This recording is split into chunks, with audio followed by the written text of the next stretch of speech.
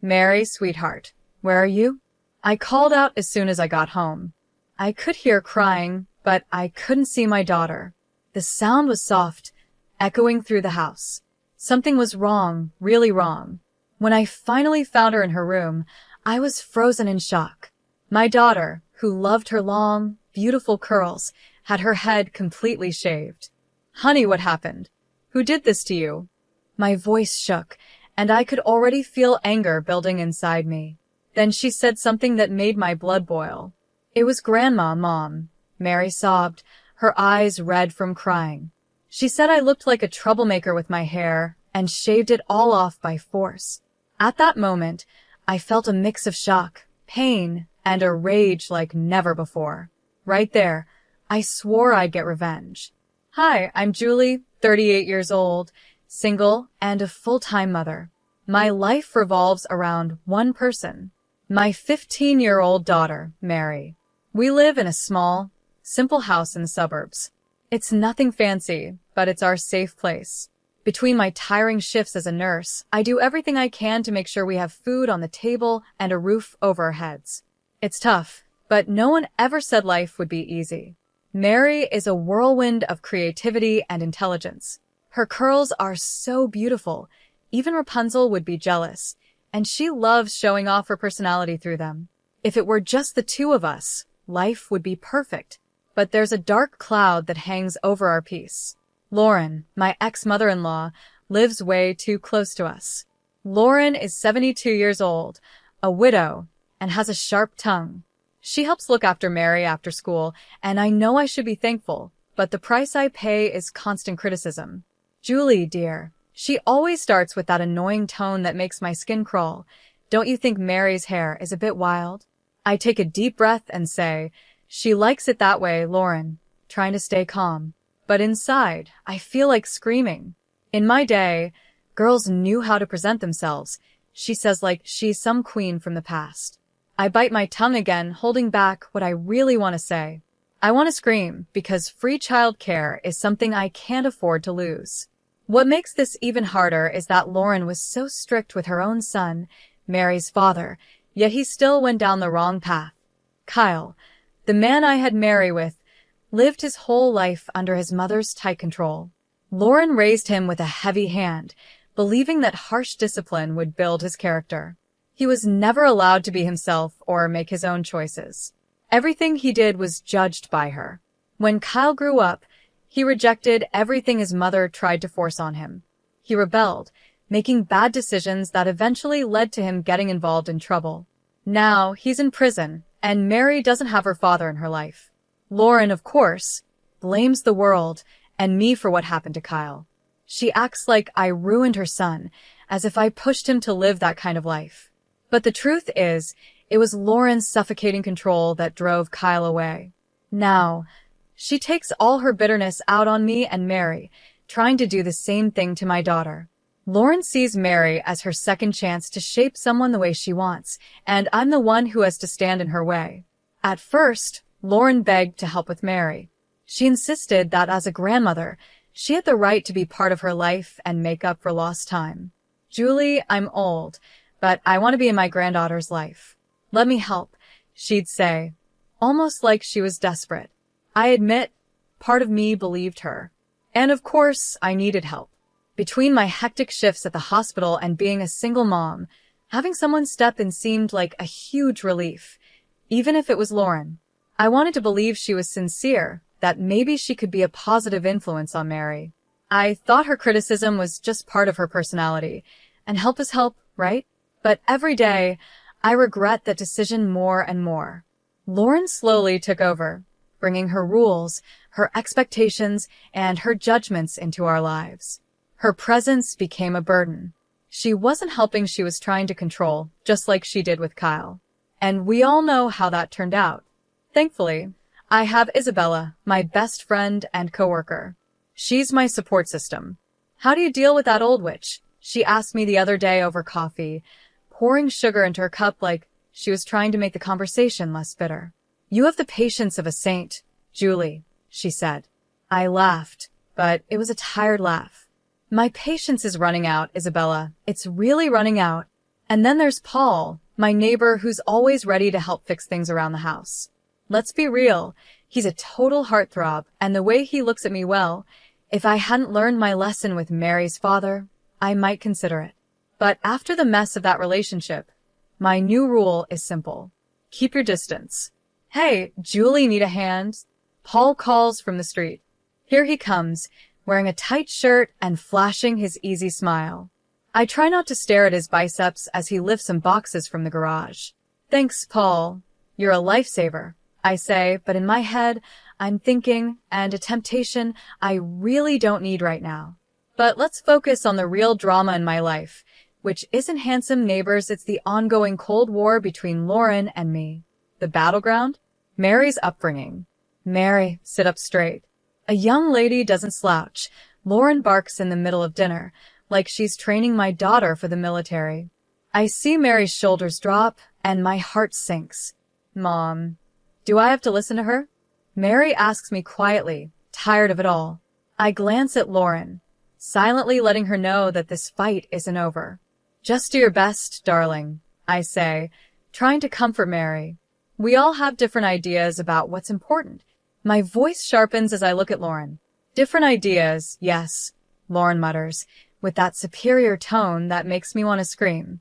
If you listen to me, Julie, this girl wouldn't be running wild. I clench my fists under the table, trying not to lose it right then and there. She's not running wild, Lauren. She's expressing herself, and I won't stop her from doing that. My tone is sharper than I intended, but I'm at the end of my rope. Lauren, as always, stays calm and cold. Mark my words, Julie. Without discipline, that girl will end up in trouble. I watch as Mary goes to her room, her curls bouncing. Curls I wouldn't be seeing for much longer. A shiver runs down my spine. I've been holding this situation together for so long, but something inside me is screaming that it's about to blow, and it's going to be ugly. After a long extra shift at the hospital, all I wanted was to come home, hug Mary, and forget about Lauren for a while. But as soon as I walked through the door, I felt it. Something was terribly wrong. Mary, sweetheart, I'm home. I called out, but there was no answer. The silence was thick, creeping over me like a bad feeling. It was the kind of silence that only comes right before something awful happens. I ran to her room, and when I opened the door, my heart stopped. Mary was curled up on the bed, sobbing, her whole body shaking with her tears. When she finally looked up at me, I nearly collapsed. Her beautiful curls were gone. Not a single strand of hair was left. Her head was shaved all the way to the scalp. Mom, Mary cried, running into my arms. Grandma did this while I was sleeping. I held her tight, trying not to fall apart right there. My love, everything's going to be okay. We'll fix this, I whispered, but inside, I was burning with anger. My mind screamed, how dare that woman do this to my daughter? Furious, I stormed into the living room like a hurricane. Lauren was sitting there, calm as ever, acting like nothing had happened. Cool as a cucumber. My daughters, I yelled, my voice echoing through the house. What the hell have you done? I was trembling with rage, but Lauren didn't even flinch. I did what needed to be done, she replied, her voice calm, as if what she'd done was perfectly reasonable. That girl was becoming too vain and disobedient, Julie. I almost laughed at how absurd her words were. Vain? Disobedient? She's 15, Lauren. What on earth are you talking about? It's time she learned some discipline, Lauren said with her usual coldness, as if she were laying down some unarguable fact. In my day, girls who cared too much about their looks, who spent time in front of the mirror, like Mary, ended up lost. You think it's just hair, but that's how it starts. Today it's curls, tomorrow it's makeup and fancy clothes, and before you know it, she'll be pregnant and ruined. I couldn't believe what I was hearing. Pregnant? Lost? Mary is 15, Lauren. I shouted, completely stunned. Lauren kept talking like she was quoting some outdated manual from the 1948s. My body trembled with anger, my voice shaky from the hatred I was trying to hold back. She's a child, not a grown woman. What you did isn't discipline, it's cruelty. Don't be naive, Julie, Lauren said, shaking her head in disapproval. If you keep letting her be vain, giving her all this freedom, she'll end up just like her father, lost, with no direction or morals. That was it. I snapped. Shut up. I screamed. This isn't your time. You old witch. You shaved her head against her will. That's not discipline, it's abuse. And I'm calling the police. Lauren laughed. A dry, bitter laugh like someone who thinks they're above everyone else. The sound filled the room. Oh, Julie, don't be so dramatic. You're weak. Always have been. I've tolerated your soft parenting for too long. Someone had to step in before Mary turned into a delinquent. She was heading down the same wrong path as her father, and you didn't even notice, Lauren said coldly. That was the final straw. My already fragile self-control broke in that moment. My hands were shaking, and my whole body trembled with fury. How dare she compare Mary to Frank, as if it were my fault, as if I had failed. Get out of my house. Now. I yelled, unable to stop the tears that were rolling down my face.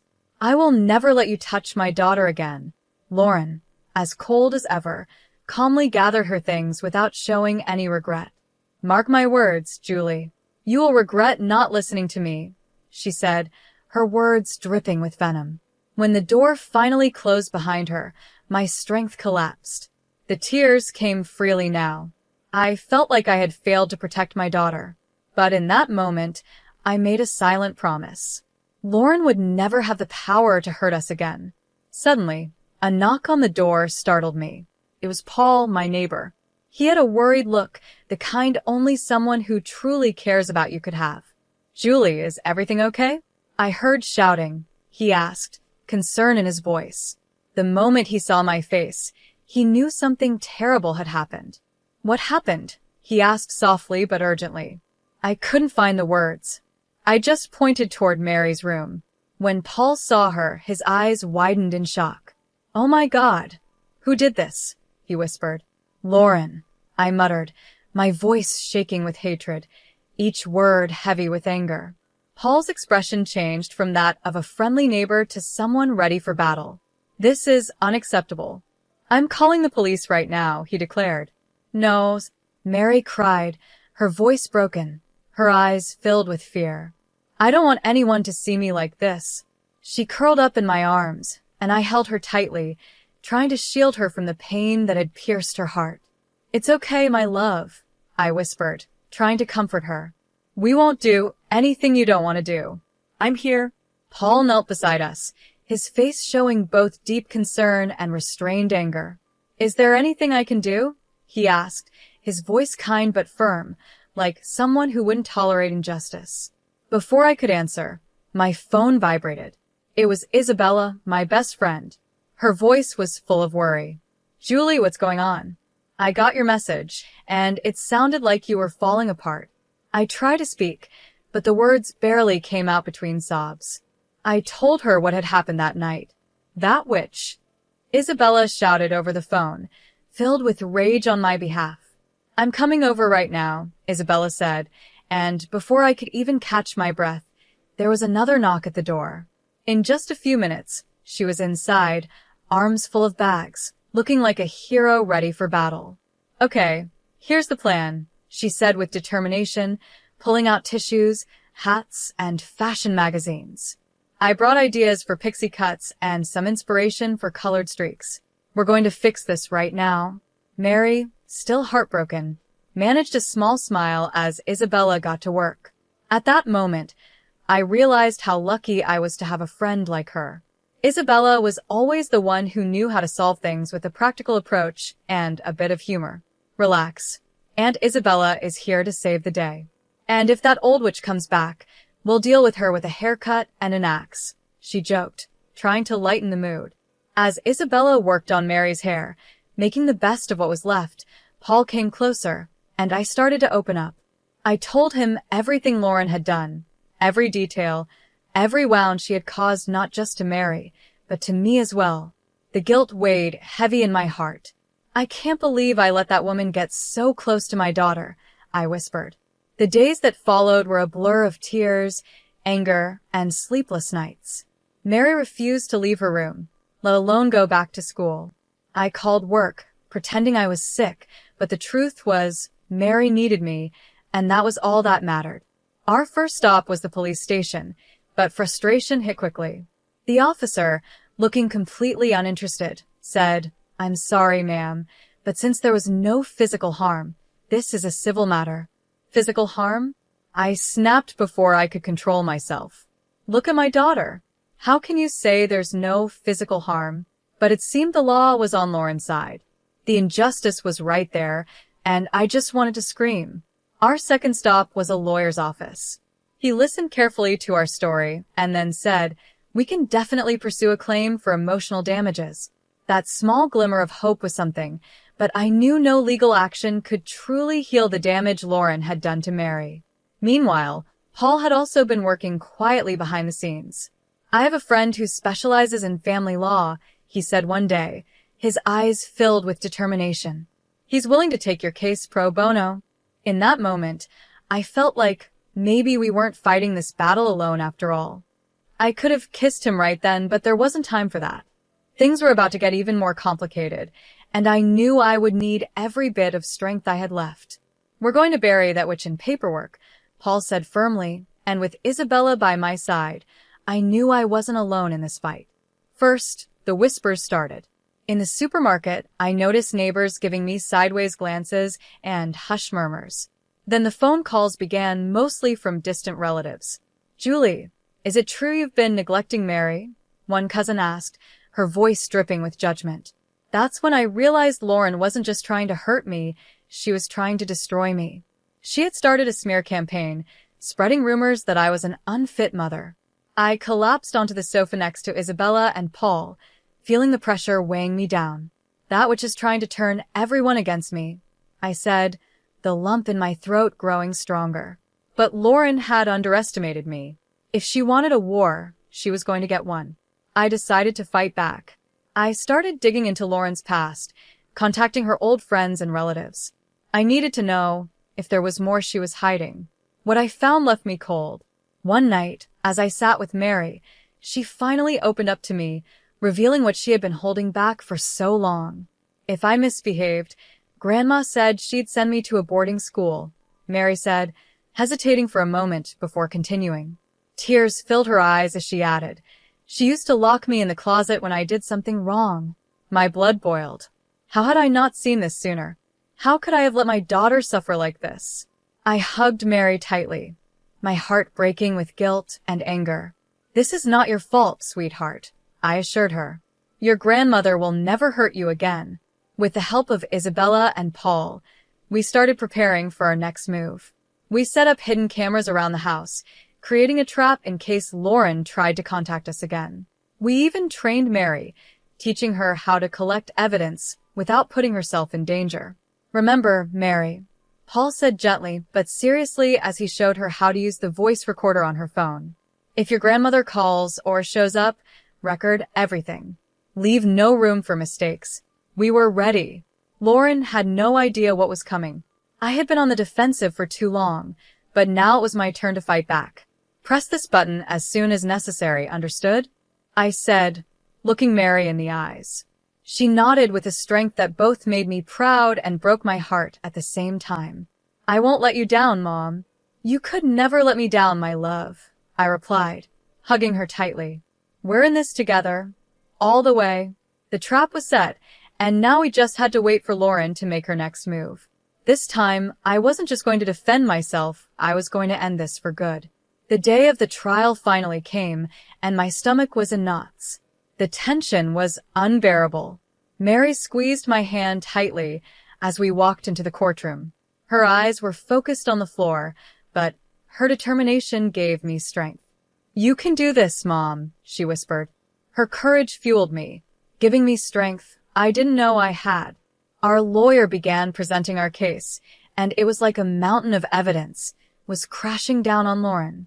The footage from the hidden cameras showed everything: her invading our home, her hateful words echoing in the courtroom. "You ungrateful brat. I'll teach you to never disobey me again," her voice boomed from the recordings. The judge, who had stayed calm up until then, grew more serious with each vile word Lauren had spoken. But that was only the start. One by one, witnesses took the stand, former family friends, nannies, even Mary's old piano teacher. They all shared their stories.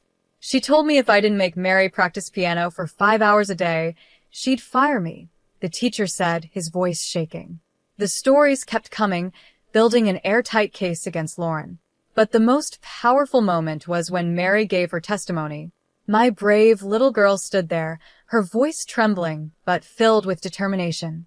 She told me if I told Mom what she did, she'd make sure I'd be taken away, Mary confessed, tears in her eyes. I couldn't hold back my own tears. Lauren's lawyer tried desperately to make her seem like a loving, misunderstood grandmother, but it was too late. The evidence was clear, and the court wasn't buying it. When the judge finally announced his decision, I felt like I could breathe again. This court grants a permanent restraining order against the defendant, the judge said firmly. Additionally, significant damages are awarded to cover therapy and emotional distress caused to the plaintiff. Lauren was officially out of our lives forever. As we left the courtroom, feeling lighter than I had in months, Lauren made one last pathetic attempt. She came toward us, tears streaming down her face, hoping for some kind of forgiveness. "Julie Mary, I'm sorry," she began, her voice trembling. But I cut her off, my voice cold and firm. "Save your apologies, Lauren. You're dead to us."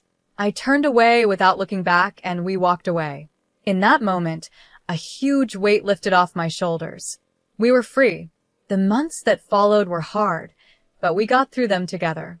Mary started therapy, and little by little I saw my daughter come back to life. The sparkle in her eyes returned, and so did her strength. She was coming out of the shell she had been hiding in. One night, at the dinner table, with me, Isabella, Paul, and Mary, she made a surprising announcement. "I want to donate the settlement money," Mary said firmly. "I want to help other kids who've been through what I did." I smiled, proud of her strength, but as her words echoed in my mind, a plan started to form. Mary was healing, but I still carried the anger. Lauren had tried to destroy my daughter and ruin me, and I couldn't just let her get away with it. She needed to feel what we had felt.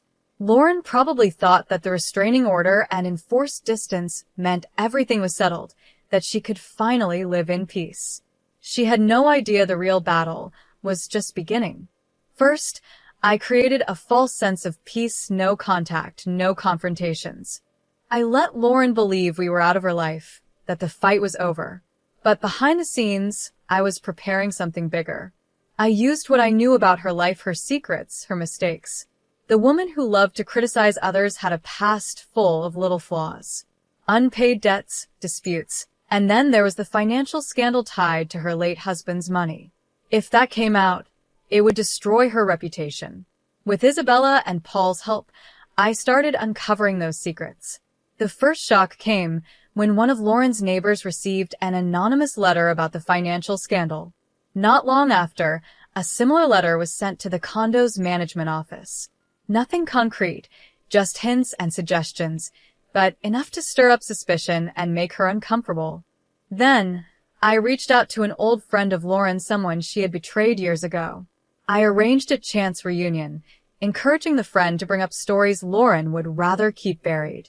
Their already fragile relationship fell apart completely. Lauren's image started to crumble. But the final blow was the cruelest. Lauren thrived on the admiration and respect she forced on everyone around her. With the walls closing in and her reputation in ruins, she began to isolate herself. But before that, I spread a rumor that she was in a financial crisis, claiming that her own late husband had left her broke. The scandal made her a joke in the social circles she cared so much about. Eventually, Lauren found herself completely alone, no friends, no reputation, and no respect, which she had always demanded from everyone around her. She became irrelevant, and that hurt her more than anything else.